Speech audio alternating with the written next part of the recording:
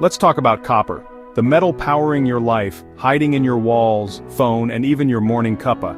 It's everywhere, quietly working behind the scenes, making modern living possible in ways we rarely notice. It's not glamorous, but without copper, our world would stop. Imagine a day without electricity, communication, or running water. Copper is the unsung hero making it all happen.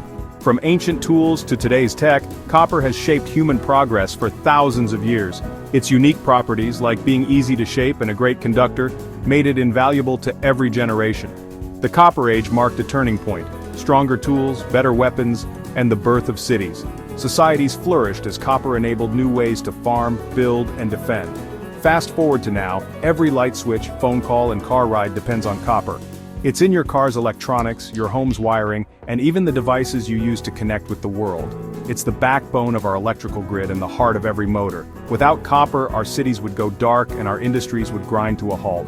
As we shift to electric vehicles and renewable energy, copper demand is skyrocketing. Solar panels, wind turbines, and batteries all rely on copper to move energy efficiently. An electric car uses 4 times more copper than a regular one.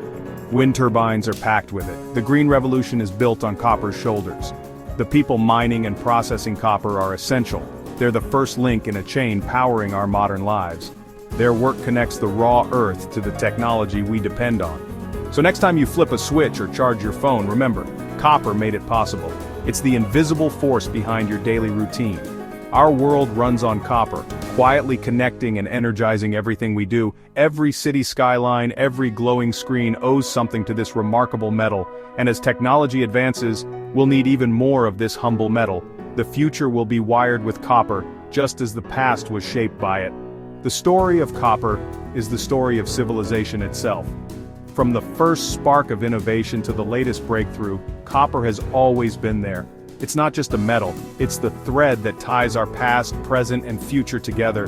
Copper connects generations, technologies, and dreams. So, let's dig into how copper gets from deep underground to your everyday life. The journey is long, but its impact is everywhere. Because without copper, none of this would work. It's the silent partner in every moment of modern life. Copper doesn't just sit on the surface, it's hidden deep in the earth, waiting to be found. The search for copper is a journey that begins long before any mining equipment arrives on site. Geologists are the detectives, scouring maps, satellite images, and rugged landscapes for clues.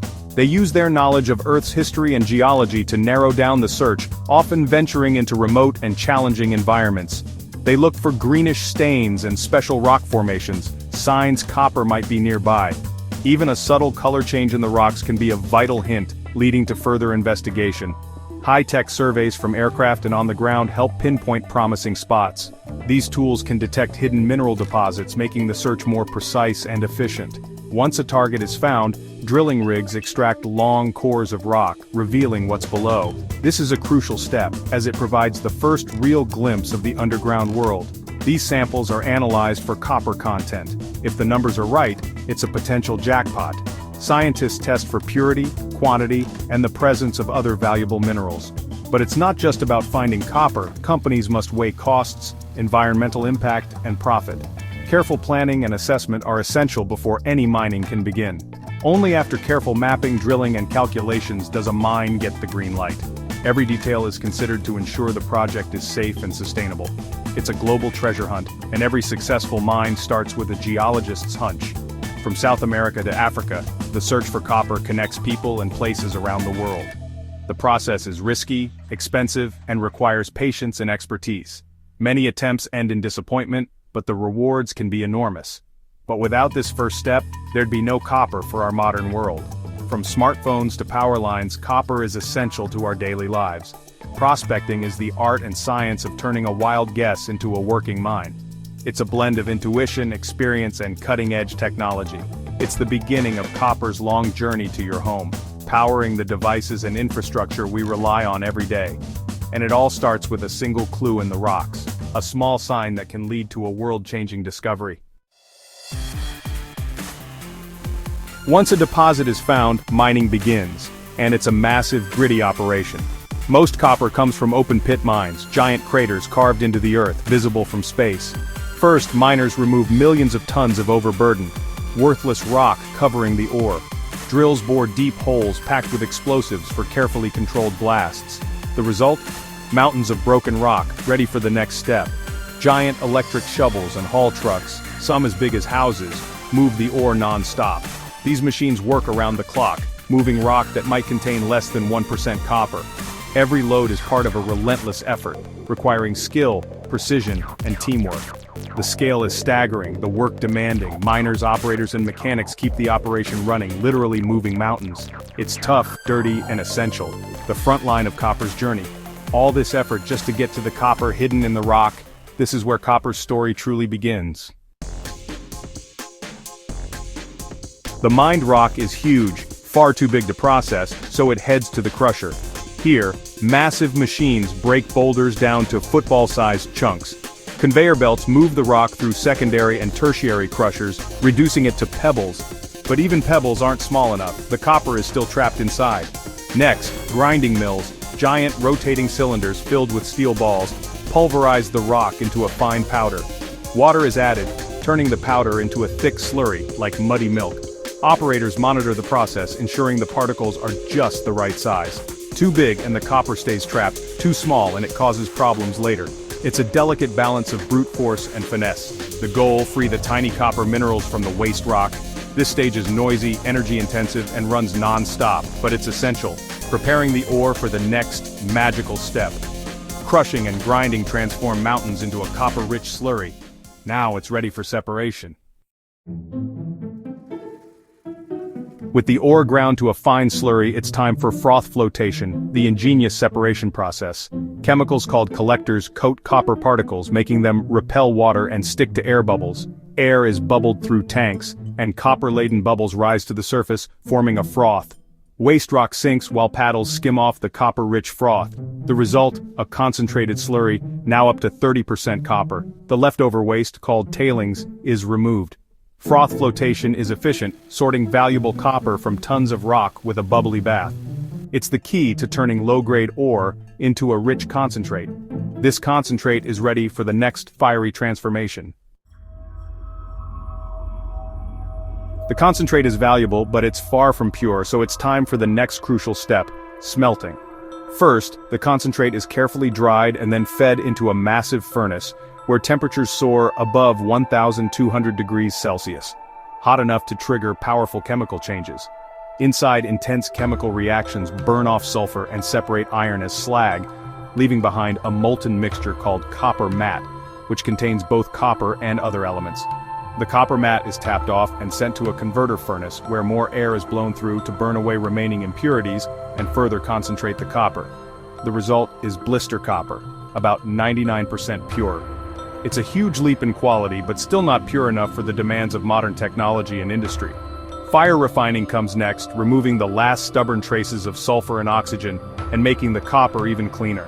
The refined copper is then cast into large anodes, almost pure but still containing tiny amounts of unwanted elements. These anodes are the final product of the smelter, ready to move on to the ultimate purification process. Smelting is a dramatic high-temperature process, transforming raw concentrate into nearly pure copper through fire and chemistry. It's the essential bridge between raw ore and the ultra-pure metal we rely on for everything from wiring to electronics. Every step in this process is about removing what isn't copper, leaving only the good stuff behind, and getting closer to perfection. The journey isn't over yet. The purest copper is still to come. Next stop, electro-refining, where science and precision take center stage. For electronics and wiring, copper must be 99.99% pure, so we turn to electro-refining. In a tank house, anodes are suspended in acid baths alongside thin sheets of pure copper, called cathodes. Electricity flows, dissolving copper from the anode and plating it onto the cathode, atom by atom. Impurities like nickel and lead stay in solution, precious metals like gold and silver settle as valuable anode slime. Over weeks, pure copper builds up on the cathodes. The result, thick, gleaming sheets of ultra-pure copper ready for manufacturing. Electro-refining is precise, slow, and essential for modern technology. It's the final polish, turning almost pure copper into the metal that powers our world. Even the byproducts, gold, silver, platinum, are recovered and reused. At last, copper is ready for its global journey. From rock to wire, it's now the purest conductor on Earth. Where does all this copper come from and where does it go? Chile and Peru lead global production with massive open-pit mines in the Andes. China, the US, and Congo are also major players. Once refined, copper is shipped worldwide. China is the biggest consumer, fueling its rapid growth. Nearly half of all copper goes into building construction wiring, pipes, and roofing. Electronics and electrical equipment are next.